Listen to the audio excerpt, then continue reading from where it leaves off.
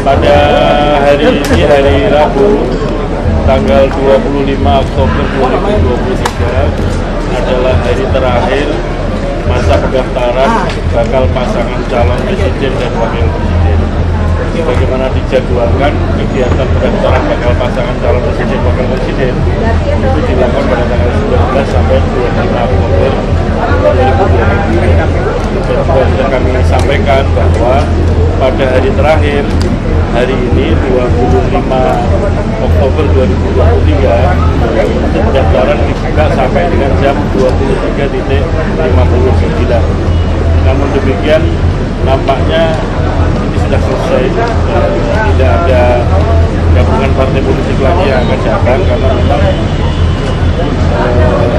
partai politik peserta pemilu 2019 yang memiliki kursi atau memiliki suara hasil pemilu anggota DPR pemilu 2019 sudah ikut dalam gabungan partai politik mendaftarkan masing-masing bakal pasangan calon presiden dan wakil presidennya masing-masing. Saya bacakan saja. Nanti kalau ada yang salah-salah tolong dikoreksi. Berdasarkan catatan kami, bakal pasangan calon yang pertama kali didaftarkan ke KPU yaitu bakal pasangan calon Mas Anies Baswedan dan Mas Muhaimin Iskandar itu didaftarkan atau diusulkan oleh 3 partai politik. Yang pertama Partai Nasdem, kalau menggunakan kategori perolehan kursi, kursinya adalah 59 kursi atau setara dengan 10,26%. Yang kedua PKB 58 kursi atau setara dengan 10,09%. Kemudian ketiga PKS 50 kursi atau setara dengan 8,70%. Sehingga total kursi yang digunakan untuk syarat pencalonan 3 partai politik tersebut, Partai Nasdem, PKB, dan PKS adalah sebanyak 167 kursi DPR RI hasil pemilu 2019 atau setara dengan 29,04%. Bakal pasangan calon yang kedua yang didaftarkan ke KPU oleh gabungan partai politik adalah bakal pasangan calon Mas Ganjar Pranowo dan Pak Mahfud MD. Itu didaftarkan atau diusulkan oleh 4 partai politik. Nah, 2 diantaranya adalah partai politik yang tidak memperoleh kursi DPR RI, sehingga yang kita gunakan ukuran adalah perolehan suara untuk pemilu 2019 anggota DPR RI. PDI Perjuangan perolehan suaranya adalah 27.053.961 atau setara dengan 19,33%. Kemudian P3 6.323.147 suara atau 4,52%. Kemudian Partai Hanura 2.161.507 suara atau setara dengan 1,54%. Kemudian Perindo 3.738.320 suara atau setara dengan 2,67%.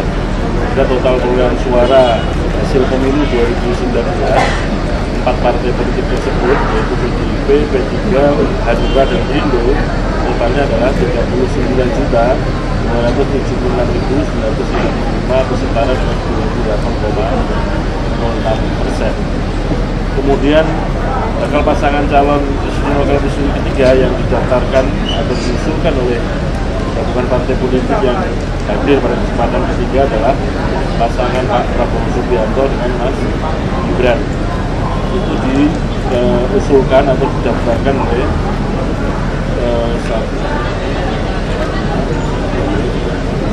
7 partai politik. Ini karena ada juga partai politik yang tidak memperoleh kursi, maka yang digunakan untuk itu adalah perolehan suara hasil pemilu DPR RI 2019. Partai Gerindra 17.594.899 suara. Partai Golkar 17.229.789 suara. PAN 9.572.623. Partai Demokrat 10.876.050 suara. PSI 2.650.361 suara. PBB 1.099.000 848 suara, Partai Garuda 702.536 suara. Sehingga total suara gabungan partai politik Gerindra, Golkar, PAN, Demokrat, PSI, PBB, dan Garuda adalah 59.726.050 juta suara atau setara dengan 42,67%. Dengan demikian sudah ada 14 partai politik peserta pemilu 2019 yang juga lolos sebagai peserta pemilu 2024 sudah menggunakan kesempatannya untuk mendaftarkan bakal pasangan calon masing-masing. Sehingga dengan demikian sudah tidak ada lagi partai politik peserta pemilu 2019 yang juga menjadi peserta pemilu 2024 yang tersisa yang belum mendaftarkan bakal pasangan calon presiden dan wakil presiden. Sehingga dengan demikian sesungguhnya hari ini hari terakhir, maka kesempatan mendaftarkan bakal pasangan calon presiden dan presiden sudah tutup. Artinya sudah tidak ada lagi partai politik atau gabungan partai politik yang akan datang atau akan hadir untuk mendaftarkan bakal pasangan calon presiden dan wakil presiden. Saya kira demikian yang dapat kami sampaikan. Dan selanjutnya tahapan-tahapan berikutnya kami akan melakukan verifikasi atau verifikasi terhadap dokumen syarat calon masing-masing bakal pasangan calon presiden maupun bakal calon wakil presiden. Ya. Untuk pemeriksaan kesehatan dulu ya. Untuk bakal pasangan calon Pak Prabowo dan Mas Gibran yang hadir hari ini, pemeriksaan kesehatan dilakukan pada hari besok, yaitu hari Kamis tanggal 26 Oktober 2023. Sebagaimana yang sudah akan dimulai jam 7 pagi di RSPAD Gatot Subroto. Dan hasil dari rangkaian pemeriksaan kesehatan untuk 3 bakal pasangan calon yang sudah dilakukan pemeriksaan itu nanti akan bersama-sama hasil dari 3 bakal pasangan calon tersebut oleh tim pemeriksa RSPAD Gatot Subroto akan disampaikan pada KPU secara resmi pada hari Jumat tanggal 27 Oktober 2023 sekira jam 14 siang waktu Jumatan. Dan untuk hasil akhir dari rangkaian verifikasi atau penelitian administrasi syarat bakal pasangan calon itu nanti akan ditetapkan oleh KPU pada tanggal 13 November 2023. Dan nanti dilanjutkan dengan undian nomor urut bakal pasangan calon dan berikutnya tanggal 14 November 2023. Terkait dengan PKPU yang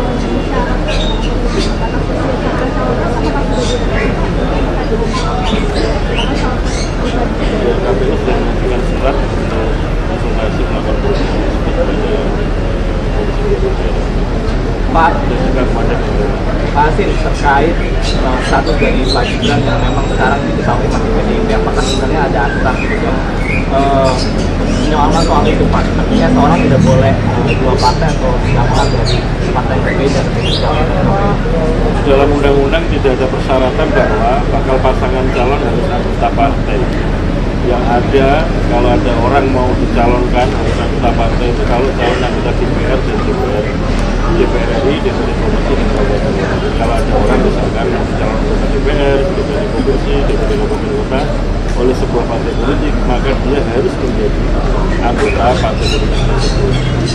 Syarat calon diantaranya dibuktikan dengan kartu tanda anggota. Itu kalau untuk mencalonkan itu anggota DPR, DPRD, dan Provinsi. Untuk orang yang dicalonkan sebagai bakal pasangan calon presiden maupun wakil presiden, kepala daerah ya, gubernur, wali kota, itu tidak ada syarat harus menjadi anggota.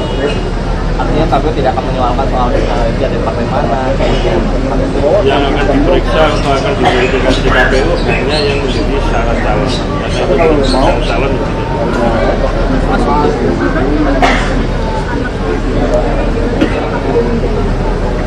saya kira presiden nggak punya anak ya. Yang punya anak kan orangnya. Presiden itu jabatan.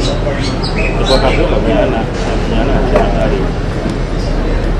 Mas Hasim, kenapa akhirnya revisi PKPU hanya Bukan bertahap Mas. Surat dulu, baru kemudian kita menyampaikan permohonan untuk konsultasi. Tapi ditargetkan selesainya kapan berarti?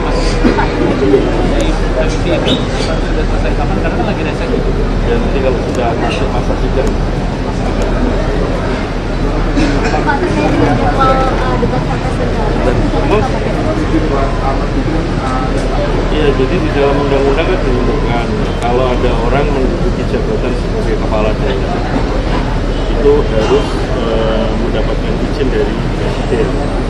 Apakah dia gubernur, bupati, wali kota, wakil gubernur, wakil wali kota, wakil bupati dan sebagainya izin dari presiden. Sepanjang yang kami ketahui ketika dokumen syarat calon disampaikan pada KPU, surat izin tersebut tidak dari presiden. Makanya tadi kami sampaikan bahwa dokumen persyaratan sudah dinyatakan lengkap. Itu ya Mas. Dan ini tanggal berapa ya? 25 ya? Ingat saya kemarin, nanti saya periksa. Tapi intinya ketika disampaikan oleh KPU, surat izin tersebut sudah.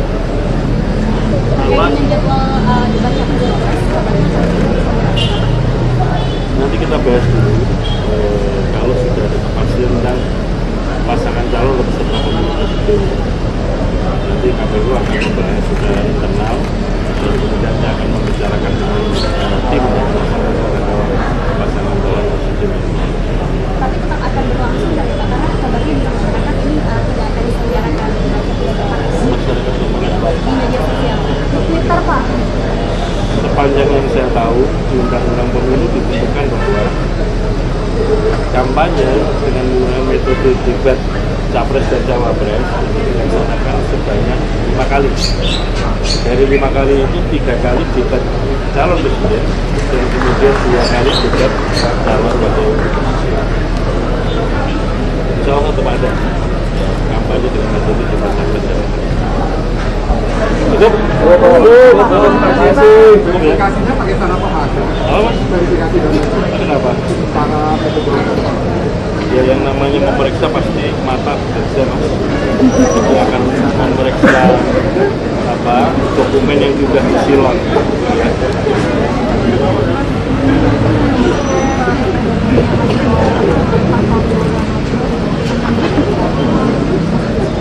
Ya.